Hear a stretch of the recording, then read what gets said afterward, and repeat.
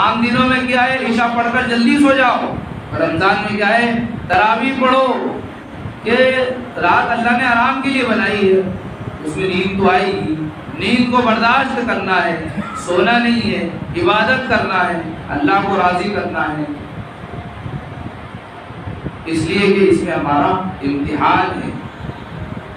رمضان میں دو چیزیں جو ہماری ضرورت تھی ان سے روک دیا، کھانے پینے سے روک دیا اور رات میں سونے سے روک دیا۔ دن میں کھانا چھوڑ دو، رات میں سونا کم کر دو۔ چھوڑ تو سکتے ہیں، چھوڑ تو نہیں سکتے نا، اس لیے سونا کم کر دو، اور خصوصاً آخری عشرے میں تو کم سے کم 5 طاق راتوں کی مکمل عبادت کرو، اس میں مت سو۔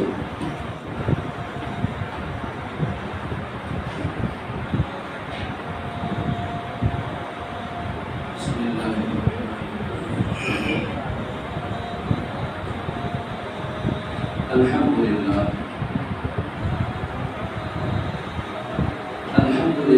نحمده ونستعینه ونستغفره ونؤمن به ونتوکل علیہ ونعوذ باللہ من شرور انفسنا ومن سیئات اعمالنا من يهده الله فلا مضل له ومن يضلل فلا هادي له ونشهد أن لا إله إلا الله وحده لا شريك له ونشهد أن سيدنا وسندنا ونبينا ومولانا محمدا عبده ورسوله صلى الله تعالى عليه وعلى آله وأصحابه وبارك وسلم تسليما كثيرا كثيرا أما بعد فأعوذ بالله من الشيطان الرجيم بسم الله الرحمن الرحيم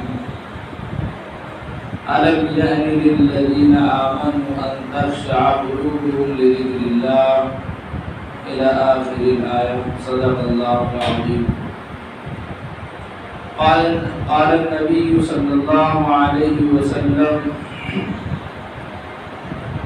من تمسك بسنتي عند فساد أمتي فله أجر شديد اور كما قال صلی اللہ علیہ وسلم۔ میرے محترم بھائیوں اور دوستوں، اللہ تعالیٰ نے انسان کی زندگی میں مختلف مراحل رکھے ہیں۔ پہلے بھی یہ بات بتائی تھی کہ درجات کا تفاوت، مراتب کا تفاوت، یہ اللہ تعالیٰ نے انسان کی ترقی کے لیے رکھا ہے، انسانی معاشرے کو صحیح گزارنے کے حساب سے رکھا ہے۔ اگر یہ تفاوت نہ ہوتا تو انسانی معاشرہ صحیح طرح سے زندگی نہیں گزار سکتا۔ اللہ تعالیٰ نے تفاوت رکھ کے، درجات رکھ کے، کسی کو بڑا کسی کو چھوٹا بنا کر، کسی کو طاقتور کسی کو کمزور بنا کر، کسی کو پڑھا لکھا کسی کو ان پڑھ بنا کر، کسی کو زیادہ دماغ والا کسی کو کم دماغ والا بنا کر اللہ تعالیٰ نے دنیا کا نظام چلایا ہے۔ اگر سارے ہی لوگ ایک جیسے ہو جاتے تو دنیا کا نظام درہم برہم ہو جاتا۔ ایک جگہ کی کارگزاری ایک بڑے حضرت سنا رہے تھے کہ ایک جگہ میرا جانا ہوا، تو فرماتے ہیں حضرت کہ وہاں پر میں نے دیکھا کہ تقریباً 400 ڈاکٹرز تھے اس جگہ پر، اور تقریباً وہاں پر 100 گروہ ہوں گے، 100 ٹیم ہوں گی، کوئی اس کے خلاف کوئی اس کے خلاف، اور ہر ٹیم کا گروہ ڈاکٹر، اس لیے کہ سارے ہی ایک جیسے بھرتی ہو گئے تو آپس میں لڑ رہے ہیں۔ ایک جگہ کی کارگزاری سنائی کہ وہاں پر جانا ہوا تو تقریباً 150 علماء تھے اور 20-25 گروہ تھے وہاں پر، اور ہر گروہ کا لیڈر ایک عالم تھا. تو سارے ہی ایک جیسے ہو جائیں تو دنیا کا نظام درہم برہم ہو جائے, معاشرہ صحیح چل نہیں سکتا. ظاہر سی بات ہے, سمجھ میں آنے والی بات ہے. سارے ہی غریب ہو جائیں تو مزدوری کہاں کریں گے, سارے ہی مالدار ہو جائیں تو مزدور کہاں سے لائیں گے, سارے ہی کمزور ہو جائیں تو دنیا ابائی ہو جائے گی, سارے ہی طاقتور ہو جائے تو پھر دن بھر اکھاڑا چلے گا. دنیا کا نظام ہے یہ. اللہ تعالیٰ نے جو مراتب کا تفاوت رکھا ہے, درجات کا تفاوت رکھا ہے, یہ انسانی معاشرہ صحیح گزارنے کے لیے, دنیا کا نظام صحیح چلے اس لیے رکھا ہے. اسی لیے ہمارے حضرت مولانا زکریا صاحب سنبری دامت برکاتہ اکثر ایک واقعہ میں سنایا کرتے تھے کہ اللہ تعالیٰ نے کسی کو غربت عطا فرمائی تو وہ غربت اس کی مصلحت کے حساب سے, اس کی حکمت میں اس کے لیے بہتر تھی. ایک کمار کا واقعہ سناتے تھے کہ مسلمانوں میں بھی کمار ہوتے ہیں. کمار کے گھر میں لڑکا پیدا ہوا تو اس کے ہاتھ کی یہ انگلیاں نہیں تھی. کمار مولانا کے پاس گھومتا بیٹھتا تھا تو بڑا افسوس کرتا تھا کہ میرے تو لڑکا ہے ہی نہیں, ایک ہی لڑکا ہے اور اس کی بھی انگلیاں نہیں ہیں. میرا جو گھڑے بنانے کا کام ہے, مٹکے بنانے کا کام ہے, وہ میرے مرنے کے بعد ختم ہو جائے, اس لیے کہ گھڑے انگلی سے بنتے ہیں اور وہ میرے لڑکے کے. تو حضرت نے مشورہ دیا کہ بھائی اس میں مایوس ہونے کی کیا بات ہے, اللہ جس حال میں رکھے خوش رہو, اللہ جس حال میں رکھے خوش رہو. اللہ تعالیٰ نے یہ اس کے انگلیاں نہیں دی تو یہ اس کے لیے بہتر ہوگا, اللہ نے کوئی دوسرا انعام اس کے لیے رکھا ہوگا. تو حضرت نے مشورہ دیا کہ کام کرو, اس کو مولانا بنا, مدرسے مکتب میں ڈالا, مدرسے میں ڈالا کہ پڑھ لکھ کے آیا, عالم بنا, اپنے پورے علاقے کا سب سے بڑا عالم بنا. اگر اس کے یہ انگلیاں ہوتی تو کبھی مدرسے نہیں جاتا, مسجد نہیں جاتا, مکتب نہیں جاتا اور اپنے علاقے کا امام نہیں بنتا. اللہ تعالیٰ نے یہ انگلیوں کی چھوٹی سی نعمت تو لے لی اس سے, کتنا بڑا انعام اس کو دیا, کتنا بڑا تحفہ اس کو دیا. تو اللہ تعالیٰ کوئی چیز نہیں دیتا ہے تو اس کے بدلے کوئی دوسری اچھی چیز دے دیتا ہے. یہ اللہ کا نظام ہے. اور اگر دیکھا جائے تو زیادہ تر اللہ تعالیٰ نے دین کا کام محنت کرنے والوں, مجاہدہ کرنے والوں, برداشت کرنے والوں سے لیا ہے. حدیث آپ نے سنی ہوگی کہ اللہ کو شکر کرنے والی زبان اور مشقتوں پر صبر کرنے والا مدد بہت پسند ہے. ترغیب دی کہ اللہ کام تمہیں سے لینا چاہتا ہے, تم اپنے اوپر جو مشقت آئے برداشت کرو. اور قوت برداشت کا مل جانا بہت بڑا عطیہ ہے, بہت بڑا تحفہ ہے.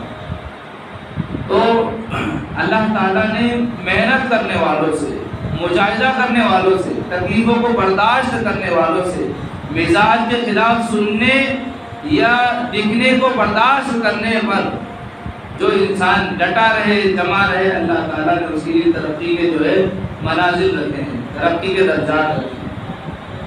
تو بھائیوں اکثر یہ کہا میں نے کہ اللہ تعالیٰ جانچتا ہے اور جانچ میں جب پاس ہو جاتا ہے تو پھر نوازتا ہے. جیسے کہ اللہ نے پیٹ دیا, کس لیے دیا؟ پیٹ دیا ہے تو اس کی ضرورتیں رکھی ہے کہ انسان کو بھوک لگے گی. پیٹ دیا ہے, بھوک تو لگے گی, پانی کی پیاس تو لگے گی, اس لیے کہ اللہ نے پیٹ جو ساتھ دے رکھا. اس کے لیے محنت تو کرنا پڑے گی, مزدوری تو کرنا پڑے گی, کام کاج تو کرنا پڑے گا. اس لیے کہ پیٹ اللہ نے دیا ہے, اس کے لیے تو محنت کرنا پڑے گی. رمضان کا مہینہ آیا, اب اس پیٹ کی فکر مت کرو, اپنے اللہ کے آگے جو ہے جھک جاؤ, اللہ کے احکام پر عمل کرو, اللہ کے اللہ نے رمضان کے جو تقاضے رکھے ہیں اس کو بجا لاؤ، ان کو پورا کرو۔ بھوک لگے گی برداشت کرو، پیاس لگے گی برداشت کرو، اس لیے کہ اللہ نے پیٹ دیا ہے، ساتھ میں امتحان بھی دیا ہے کہ ہم دیکھتے ہیں پیٹ کی فکر کرتے ہو یا ہمارے حکموں کی فکر کرتے ہو۔ تو ہمیں پیٹ کی فکر کو چھوڑ دینا ہے اور اللہ کے حکموں کی فکر کرنا ہے، ان کو پورا کرنا ہے، یہ ہمارا امتحان ہے۔ اسی طرح اللہ تعالیٰ نے جو ہے رات بنائی ہے سونے کے لیے، دن بنایا کام کے لیے، رات بنائی سونے کے لیے، آرام کرنے کے لیے۔ انسان کو رات میں نیند تو آئے گی، اس لیے کہ بنائی رات سونے کے لیے۔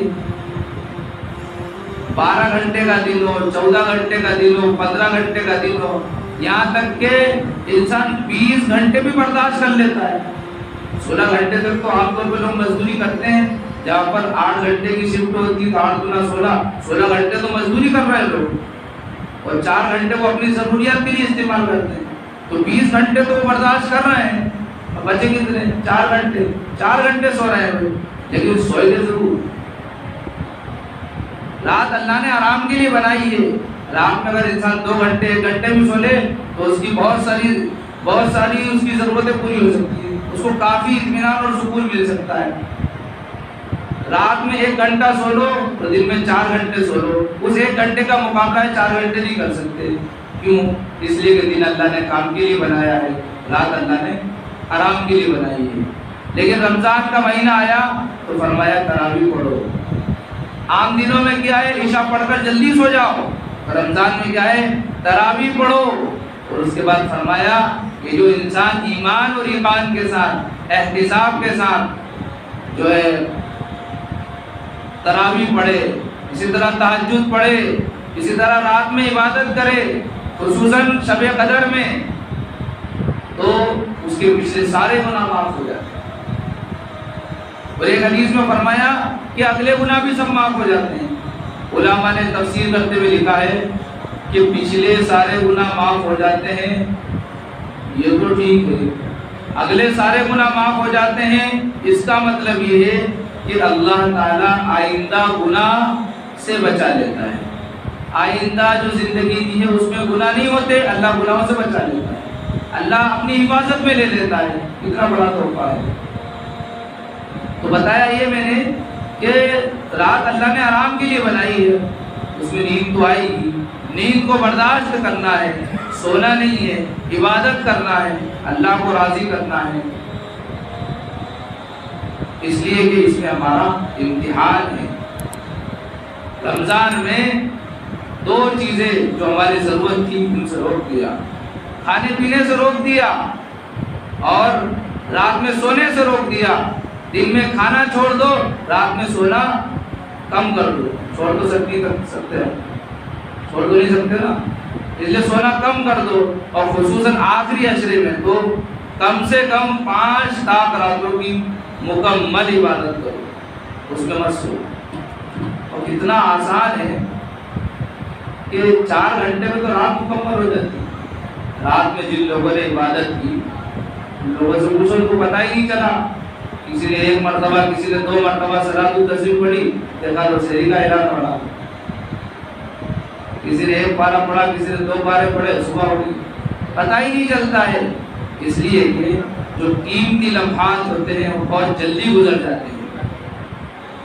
اور خود اللہ تعالیٰ قرآن میں فرما رہے ہیں، یا ایھا الذین آمنوا کتب علیکم الصیام کما کتب علی الذین من قبلکم لعلکم تتقون ایاما معدودات۔ چند دن ہیں، چند دن گزر جائیں گے، چند دن ہے، بالکل اللہ نے خود فرمایا چند دن ہے، مطلب یہ اتنی تیزی سے گزرے کہ پتہ بھی نہیں چلے گا۔ ہم ذرا محاسبہ کریں اپنے آپ کا کہ کب چاند دکھا اور کب دوسرا چاند دکھنے والا ہے، پتہ ہی نہیں۔ ہم نے تراویح میں پہلا پارہ پڑھا تھا اور اب جو ہے قرآن مکمل ہو گیا، پتہ ہی نہیں چلا۔ پہلا جمعہ تھا، ہم خوشیاں منا رہے تھے، رمضان آ گیا ہے، اب جو ہے آخری جمعہ ہے اور اب عید کی خوشی ہے۔ ایام معدودات، آگے فرمایا فمن کان منکم مریضا او علی سفر فعدۃ من ایام اخر وعلى الذين يطيقونه فدية طعام مسكين فمن تطوع خيرا فهو خير له وأن تصوموا خير لكم. اللہ تعالیٰ رمضان کے احکام بیان فرما رہے ہیں. اب رمضان تو گزر گیا، اب کیا ہمارے لیے لائحہ عمل ہے، ہمارے لیے کیا کام ہے، اس کو بیان کر رہے ہیں. پہلے تو فرما دیا شہر رمضان الذی انزل فیہ القرآن ھدی للناس وبینات من الھدی والفرقان فمن شہد منکم الشہر فلیصم. رمضان کی فضیلت بیان فرما دی، شب قدر کی فضیلت بیان فرما دی. کب؟ پہلے ہی رمضان کو. اور اب کہہ رہے ہیں کہ جو انسان رمضان کو پائے فلیصم، روزہ رکھے. فمن شہد منکم الشہر فلیصم ومن کان مریضا، اور جو بیمار ہو، او علی سفر، یا سفر پر ہو، مسافر ہو. فمن کان منکم مریضا او علی سفر فعدۃ من ایام اخر، تو جو دن سفر میں گزرے ہیں یا بیماری میں گزرے ہیں یا عورت کے ماہواری میں گزرے ہیں تو ان دنوں کی بعد میں قضا کرو. وَلِتُكْمِلُوا الْعِدَّةَ، وہ جو گنتی ہے اس کو پورا کر لو. بس اللہ کیا فرما رہے ہیں، گنتی کو پورا کر لو. اتنی محبت کے ساتھ اللہ تعالیٰ بیان فرما رہا ہے، اس کی لطافت کو، اس کی لذت کو محسوس کریں تو سمجھ میں آتا ہے. بعض دفعہ انسان بیمار ہے، اندر سے تڑپ رہا ہے کہ کاش کے صحت ہوتی تو روزہ رکھتا. ایسے بھی اللہ کے بندے ہیں، تڑپ رہے ہیں لیکن طاقت نہیں ہے. بہت زیادہ بڑھاپا ہے، روزے نہیں رکھ پا رہے ہیں. بہت زیادہ بڑھاپا کہہ رہا ہوں، ورنہ سفید بال تو آج کل جوانوں کے بھی آ رہا ہے، بچوں کے بھی آ رہا ہے. سفید بال کا آ جانا بڑھاپا نہیں ہے. کبھی کبھی درخت وقت سے پہلے بھی پھل دے دیتا ہے. یہ تو اللہ تعالیٰ کا ایک نظام ہے. تو کہا وہ بہت زیادہ بوڑھا جو روزہ رکھنے کی طاقت نہیں رکھتا، روزہ رکھے گا تو بیمار ہو جائے گا، اور بیمار ہے تو بیماری بڑھ جائے گی. اب ایسے لوگ یا سفر پر ہے، روزے نہیں رکھ پا رہا ہے، تو پھر بعد میں جب سفر سے آ جائے. اسی طرح عورت، بہت ساری عورتیں، اس لیے کہ ہماری بیوی کے پاس سوالات آتے ہیں تو پتہ چلتا ہے کہ بیچاری روزہ رکھنا چاہ رہی ہے لیکن ماہواری کا ٹائم نہیں رکھ پا رہی ہے. اندر سے تڑپ ہے، بے چینی ہے کہ میرے اتنے روزے چھوٹ جائیں گے، اتنی تراویح چھوٹ جائے گی، رمضان کے اتنی نمازیں چھوٹ جائیں گی، بے چینی ہے. اللہ فرمانا بے چین مت ہو. وَلِتُكْمِلُوا الْعِدَّةَ، رمضان کا مہینہ تو گزر گیا، اب مسافر، شرعی بیمار، اسی طرح وہ عورتیں جو شرعی مجبوری کی وجہ سے روزے نہیں رکھ پائی ہیں، گھبراؤ مت. رمضان تو گزر گیا ہے، اب اس گنتی کو پورا کر لو. رمضان کی جتنے دن تھے اس گنتی کو پورا کر لو، اللہ تعالیٰ وہی ثواب دے گا. وَلِتُكْمِلُوا الْعِدَّةَ، وہی ثواب دے گا جو رمضان میں دیتا. اتنا بڑا انعام اللہ تعالیٰ کا کہ ہمارے جذبات کی بھی قدر، ہماری تڑپ کی قدر. وَلِتُكْمِلُوا الْعِدَّةَ، اور رمضان مکمل ہو گیا تو فرمایا وَلِتُكَبِّرُوا اللَّهَ عَلَى مَا هَدَاكُمْ، کہ اللہ کی کبریائی بیان کرو. عیدگاہ جاتے ہیں تو اللہ اکبر پڑھتے ہوئے جاتے ہیں، نہیں جاتے؟ اللہ اکبر پڑھتے ہوئے جاؤ، ایک راستے سے جاؤ دوسرے راستے سے آؤ، تاکہ یہ دنیا میں جو درخت ہیں، جو شجر ہیں، جو حجر ہیں، جو در و دیوار ہیں، ذرات ہیں، فلک ہے، یہ ساری کی ساری جو ہے گواہ بنے کہ یہ بندہ اللہ کی بڑائی بیان کر رہا. یہ سب آخرت میں تمہاری گواہی دیں. اور دوسری مصلحت کہ اللہ کی بڑائی بیان کرتے ہوئے جاؤ گے تو اس سے تمہاری دھاک بیٹھے گی دشمن کو. اب تو رواج ہی ختم ہو گیا، موٹر سائیکل اٹھائی 1 منٹ میں مسجد، عیدگاہ کا تو دھیرے دھیرے ماحول ختم ہوتا جا رہا. شہر سے باہر کھلے میدان میں عید کی نماز ہونا چاہیے۔ یہ تو مجبوری کی وجہ ہے کہ انسان مسجد میں پڑھ لے، مجبوری، بارش ہو رہی ہے یا عیدگاہ کا انتظام نہیں ہے۔ اب انتظام نہ ہونا کبھی کبھار ہوتا، ہمیشہ مستقل ماحول بنا لو تو تھوڑی ہے، وہ مجبوری نہیں ہے۔ بہرحال کھلے میدان میں آسمان کی چھت کے نیچے دونوں ہاتھ اٹھا کر پورے مہینے جو روزے رکھے ہیں ان کو سامنے رکھتے ہوئے، جو کوتاہیاں کی ہیں ان کو سامنے رکھتے ہوئے خوب جو ہے دل کھول کر اللہ سے جو ہے مانگو، فریاد کرو، مطمئن مت ہو، اللہ کی بڑائی بیان کرتے ہوئے جاؤ، آؤ اللہ کی بڑائی بیان کرتے ہوئے، اور جب وہاں پہنچ جاؤ تو اللہ کے سامنے ہاتھ اٹھاؤ۔ سنا ہوگا آپ نے قرآن میں ایک آیت ہے، کانوا قلیلا من اللیل ما یہجعون وبالاسحار هم یستغفرون، رات میں بہت ہی کم سوتے ہیں۔ کیا فرما رہے ہیں اللہ تعالیٰ؟ رات میں بہت ہی کم سوتے ہیں، یعنی خوب زیادہ عبادتیں کرتے ہیں۔ جب سحری کا وقت ہوتا ہے تو استغفار۔ سوچنے کی بات یہ ہے کہ رات بھر عبادت کی ہے تو پھر ہم سحری کے وقت استغفار کیوں؟ رات بھر تو عبادت کر رہا تھا۔ مفسرین لکھتے ہیں کہ رات بھر عبادت کی ہے، ان عبادتوں کا حق ادا نہیں ہوا ہوگا، غلطی ہوئی ہوگی، لغزش ہوئی ہوگی، کوتاہی ہوئی ہوگی، اللہ تعالیٰ سے معافی مانگ رہے ہیں، استغفار کر رہے ہیں کہ اے اللہ عبادت تو کی ہے لیکن عبادت کا حق ادا نہیں کیا، ہمیں معاف کر دیجئے۔ استغفار کرتے ہیں، کانوا قلیلا من اللیل ما یہجعون وبالاسحار هم یستغفرون۔ اللہ والے اس آیت کو پڑھتے تھے تو رشک میں اور امید میں آنکھوں سے آنسو ہو جاتے۔ اللہ تعالیٰ ان بندوں میں ہمیں شامل فرمائے۔ تتجافى جنوبهم عن المضاجع يدعون ربهم خوفا وطمعا۔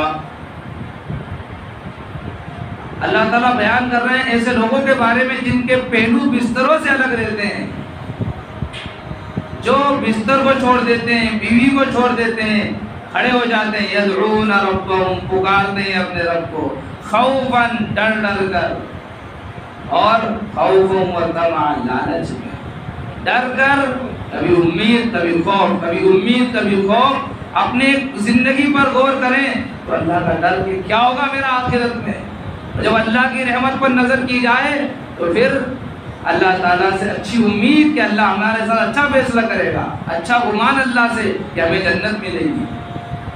تو خوف اور امید کے درمیان جاگ رہے ہیں، اللہ سے ڈر بھی رہے اور اچھی امید بھی رہے۔ تو کیا پتا چلا اس سے کہ پورا رمضان تو ہم نے عبادت میں گزارا، اس پر کیا کریں ہم؟ شکر ادا کریں۔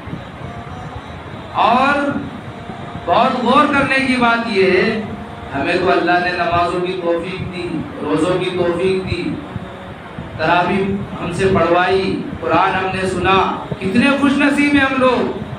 کسی کو کچھ نہ ملے، عبادت کی توفیق مل جائے، سب سے بڑا تحفہ ہے۔ بہت سارے گھر ایسے ہیں کب رمضان کا چاند دکھا اور کب عید کا دکھ گیا پتہ ہی نہیں چلا۔ ہم کتنے خوش نصیب ہیں کہ اللہ نے اپنے سامنے کھڑا کیا، اپنی بارگاہ میں کھڑا کیا، رونے کی گڑ گڑانے کی توفیق سے نوازا، کتنے خوش نصیب۔ شکر ادا کرو، اس لیے اللہ فرماتے ہیں جتنا شکر کرو گے اتنی نعمتیں بڑھا دوں گا۔ اللہ نے عبادت کی توفیق دی ہے، شکر کرو۔ اللہ اس لائق تو نہیں تھے، یہ تو تیرا کرم تھا، یہ تو تیری مہربانی تھی کہ ہم نے جو ہے نمازیں پڑھی ہیں، ورنہ ہم اس قابل کہاں تھے، اتنی طاقت ہمارے اندر کہاں تھی۔ ہم نے تو پورے سال شیطان کی جو ہے تربیت میں جو ہے زندگی گزاری ہے، کاروبار میں پھنس کر، دنیاوی معاملات میں اور مصروفیات میں رہ کر زندگی گزاری ہے۔ ہم تو جو ہے بالکل دنیا کے ہو چکے تھے، تیرا کرم ہوا، ایک چاند دکھا کر تو نے ہمیں مسجد میں بلا لیا، بہانوں سے تو نے ہمیں مسجد میں بلا لیا، اپنی رحمت کی چادر اڑائی، مغفرت کا پروانہ دیا، آگ سے آزادی کا پروانہ دیا، انہیں جو ہے تراویح پڑھوائی، روزے رکھوائے، قرآن سنا، سنوایا، پڑھنے کی توفیق دی، ذکر و اذکار کروائے، دعائیں مانگی، ہر عبادت کو یاد کرو اور خوب شکر ادا کرو۔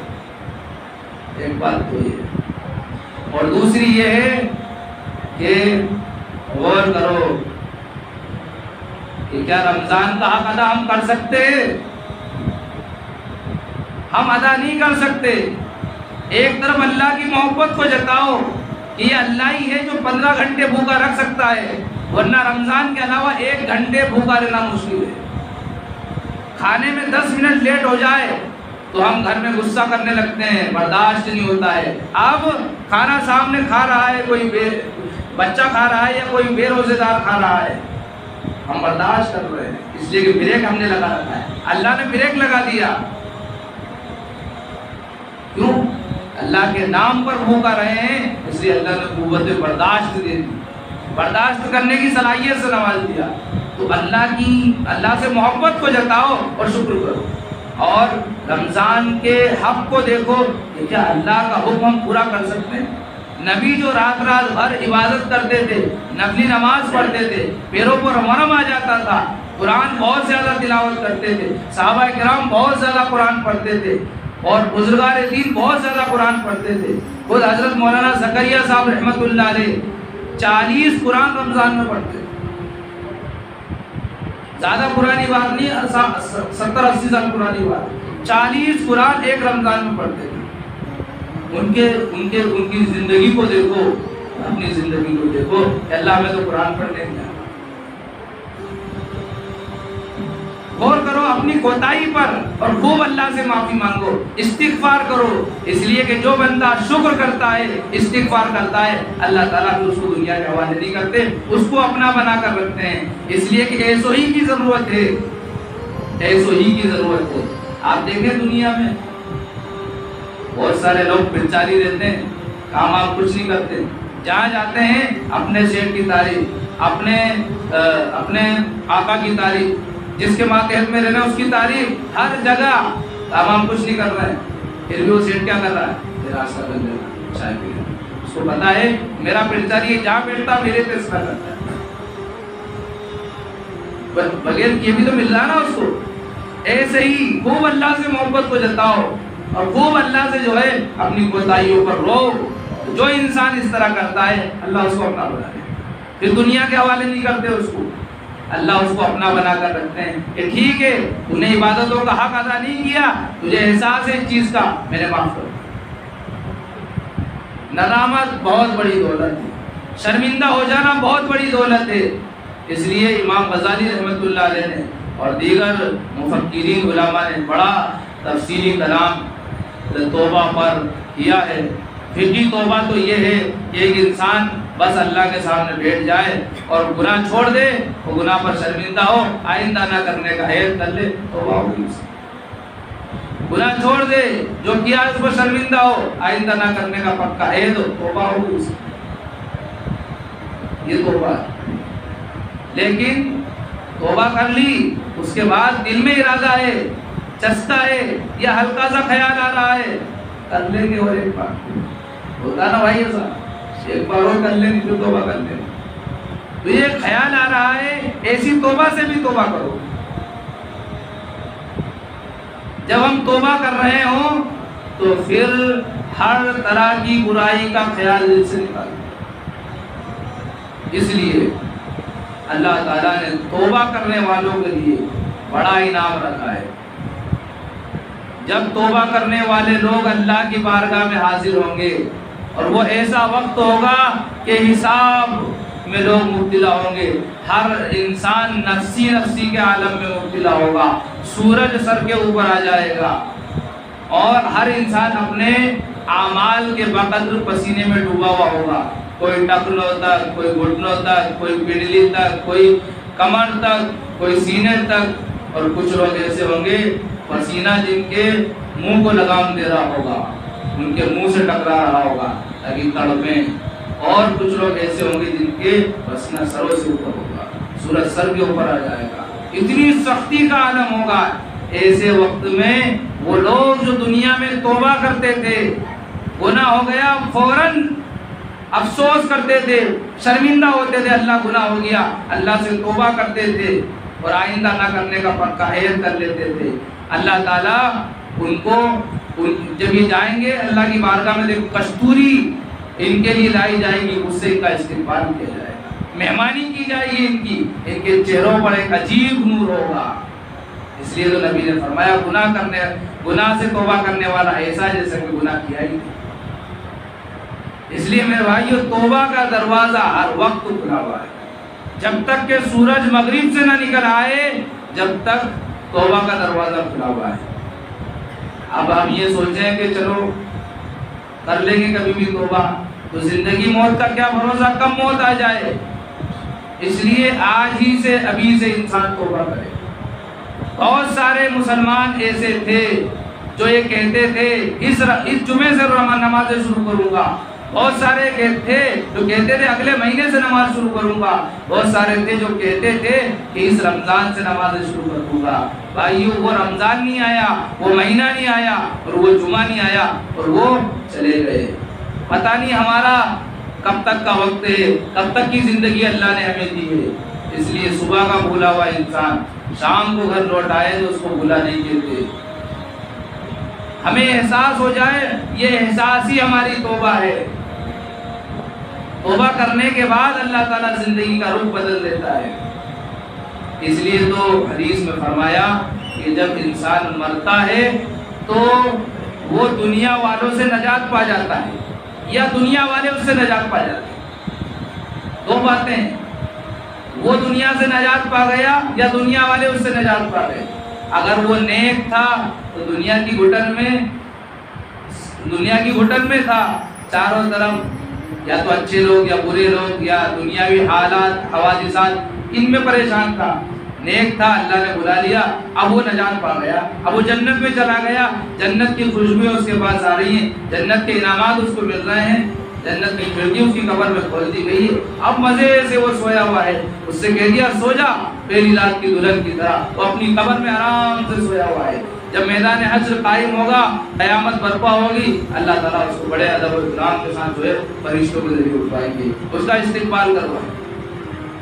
وہ نجات پا گیا اگر وہ نیک تھا تو، اور اگر وہ گنہگار تھا تو حدیث میں آیا کہ گناہوں کی وجہ سے بارش روک لی جاتی ہے، جس سے مخلوق پریشان ہوتی ہے، جانور پریشان ہوتے ہیں۔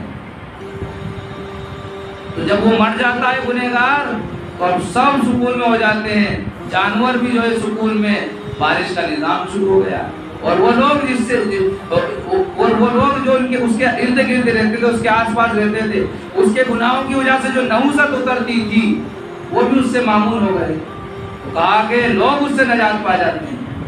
اس لیے میرے بھائیوں، گناہ گار ایک کی نہیں کئی کی بددعا لیتا ہے، اس لیے کہ اس کے گناہوں کی وجہ سے بارش کا نظام رک گیا، اللہ کا نظام حرکت میں آ گیا، اللہ تعالیٰ نے موسم کو تبدیل کر دیا، سردی میں گرمی میں بارش، یعنی آگے پیچھے موسم ہو گیا۔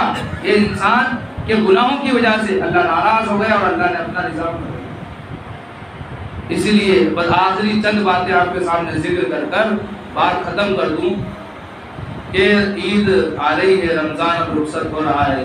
دو باتیں پورے بیان میں نے سمجھائی ہیں آپ کو کہ ہم عمل کیا ہے شکر کریں اور نہیں کیا ہے تو توبہ کریں، اللہ تعالیٰ سے معافی مانگ لیں، غفلت میں روزے نہیں رکھیں، توبہ کر لیں، اس کی بعد میں قضا کر لیں، توبہ کر لیں گے اللہ معاف کر دے گا۔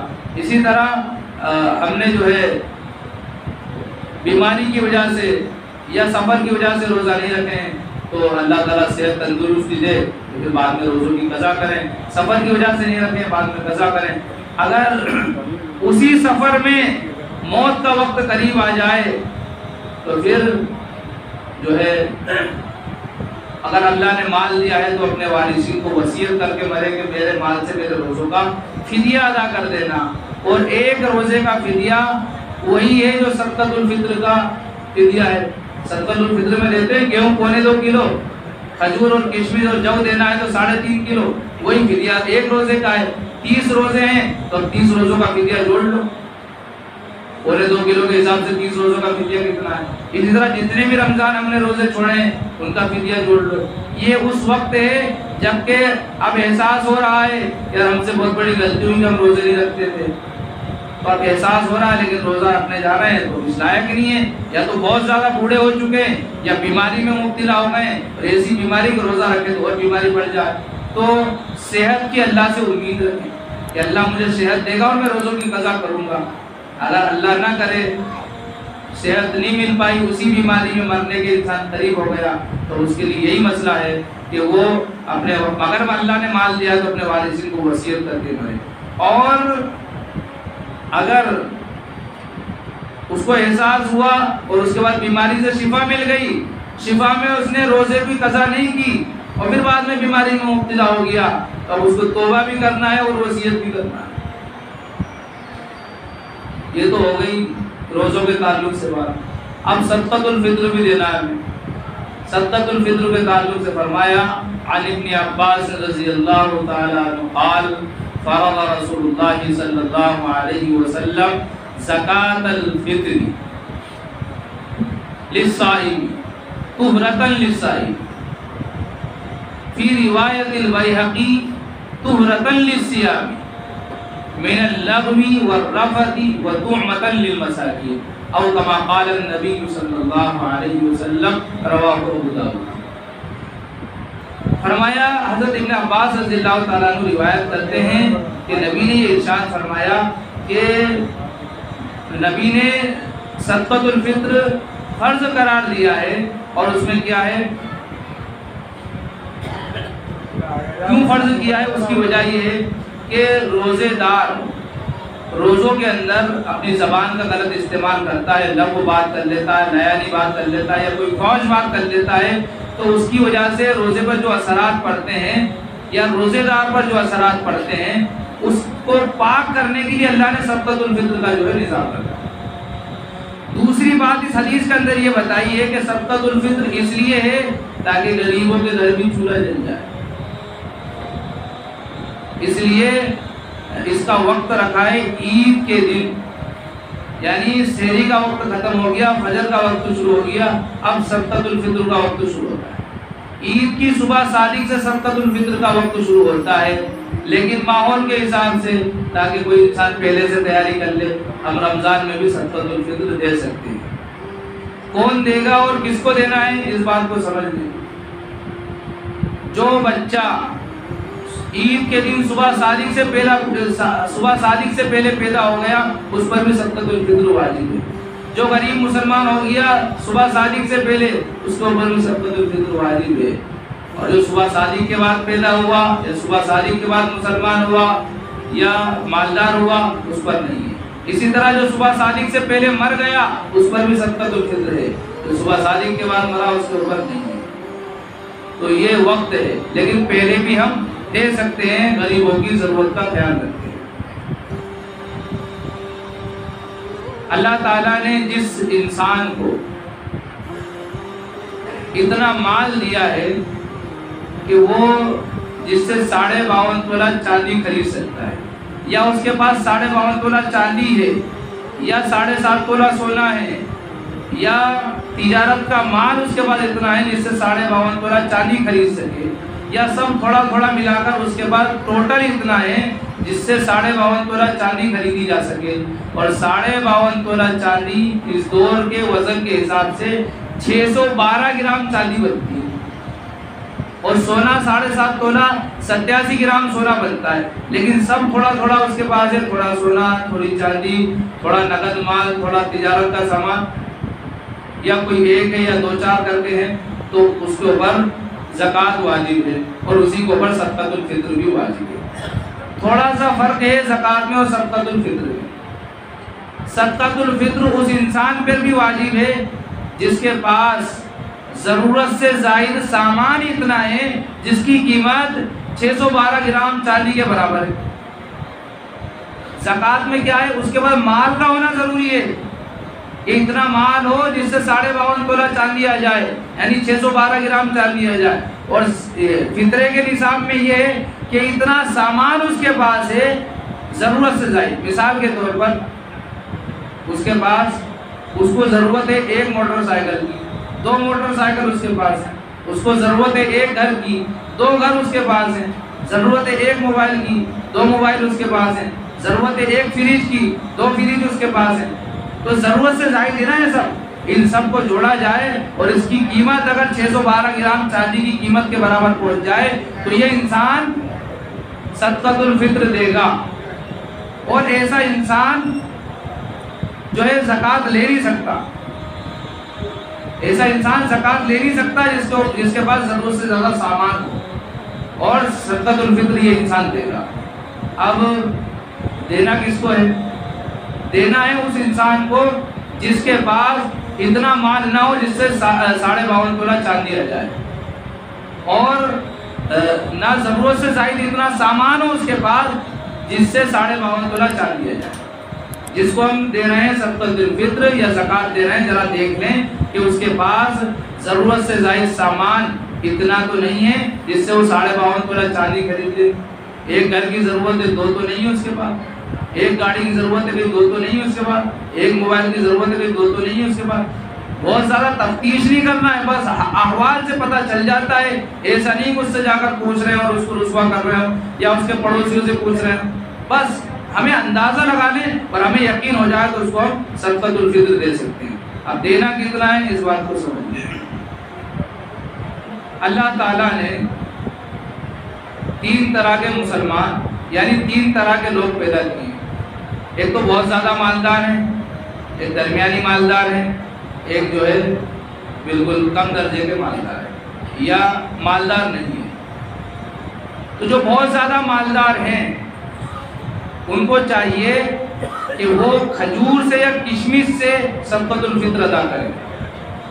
اور کتنا ادا کرنا ہے؟ کھجور سے، کشمش سے یا جو سے ادا کریں گے تو 3.5 کلو 3.5 کلو کھجور یا 3.5 کلو جو یا 3.5 کلو کشمش یا اس کی قیمت ادا کرنا ہے. ضروری نہیں ہے، بہتر ہے. اسی طرح جو درمیانی ہیں ان کو چاہیے کہ وہ کھجور سے ادا کر دیں. پہلا درجہ کشمش سے ادا کر دے یا تینوں میں سے کسی ایک سے ادا کر دے. دوسرا یہ ہے کہ کھجور سے ادا کر دے یا جو سے ادا کر دے. اور تیسرا یہ ہے آخری درجہ کہ وہ گیہوں سے ادا کر دے. اب گیہوں میں سمجھ لینا ہے، کوئی انسان یہ کہے جیسا ہم تو کنٹرول کے گیہوں کھاتے ہیں اور کنٹرول میں جو ہے 3 روپے کلو گیہوں ملتے ہیں تو 3 روپے کلو کے حساب سے 6 روپے ہم کسی کو دے دیں تو ایسا نہیں چلے گا بھائی. ایسا انسان جو کنٹرول کے گیہوں کھاتا ہے وہ قیمت نہ دے، گیہوں دے. بات آ رہی سمجھ میں؟ وہ قیمت نہیں دے گا، وہ گیہوں دے گا. اور اگر قیمت دے گا تو وہ قیمت دے گا جو مارکیٹ میں چل رہی ہے. آگے بات سمجھ میں؟ تو یہ صدقۃ الفطر کے مسائل تھے. کچھ آپ کے سمجھ میں نہیں آیا ہو تو پوچھ سکتے ہیں 2 منٹ 4 منٹ.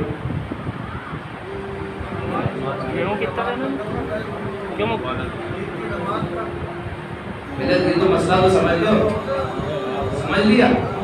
اس میں ایک بات اور سمجھ لو چھوٹ گئی، وہ یہ ہے کہ صدقۃ الفطر کس لیے ہے. 2 وجہ بتائی.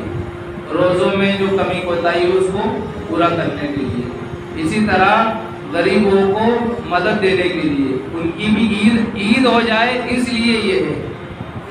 آ رہی نا بات سمجھ میں؟ اس لیے جو مانگنے والے آ رہے ہیں ان کو اگر آپ نے صدقۃ الفطر دیا ہے آپ کا صدقۃ الفطر ادا نہیں ہوگا. مانگنے والے جو آ رہے ہیں ان کا صدقۃ الفطر ادا نہیں ہوگا ان کو اگر دیا ہے. اس لیے اپنے رشتہ داروں میں دیں یا اپنے پڑوسیوں میں دیکھیں یا اپنے محلے بستی میں دیکھیں، ان لوگوں کو صدقۃ الفطر دیں تاکہ ان کی عید بھی اچھے سے گزر جائے. یہ غریبوں کی مدد کرنے کے لیے ہے. پتہ چلے ہم تو اچھے سے اچھا کھا رہے ہیں پی رہے ہیں، غریب کے گھر کچھ بھی نہیں، اس کے گھر بیچارے گھر وہی دال روٹی بن رہی ہے. تو ہم کوشش کریں گے اس کو دے تو وہ بھی اپنے گھر اچھا سے اچھا بنا لے، اپنے بچوں کو خوشی میں شریک کر لے. اس لیے ایک جگہ حضرت کیا بولتے ہیں فتاوی عالمگیری میں لکھا ہے، فتاوی عالمگیری کے اندر لکھا ہے کہ جو انسان اور جو انسان اپنی خوشی کا تو خیال رکھتا ہے، غریبوں کی خوشی کا خیال نہیں رکھتا تو غریب ایک دن روئے گا، اور یہ مالدار جس نے اس غریب کی خوشی کا خیال نہیں رکھا ہے کئی سال تک روئے گا. اس لیے غریبوں کا خیال رکھو اور ان کو بھی ان کی عید اچھی ہو جائے، اس لیے ان کو صدقۃ الفطر دو۔ بہتر یہ ہے کہ پہلے ہی دے دو اور قیمت ان کو دو تاکہ ان کے حساب سے سامان خرید لیں، یہ ضروری ہے، مانگنے والوں کو نہ دیں۔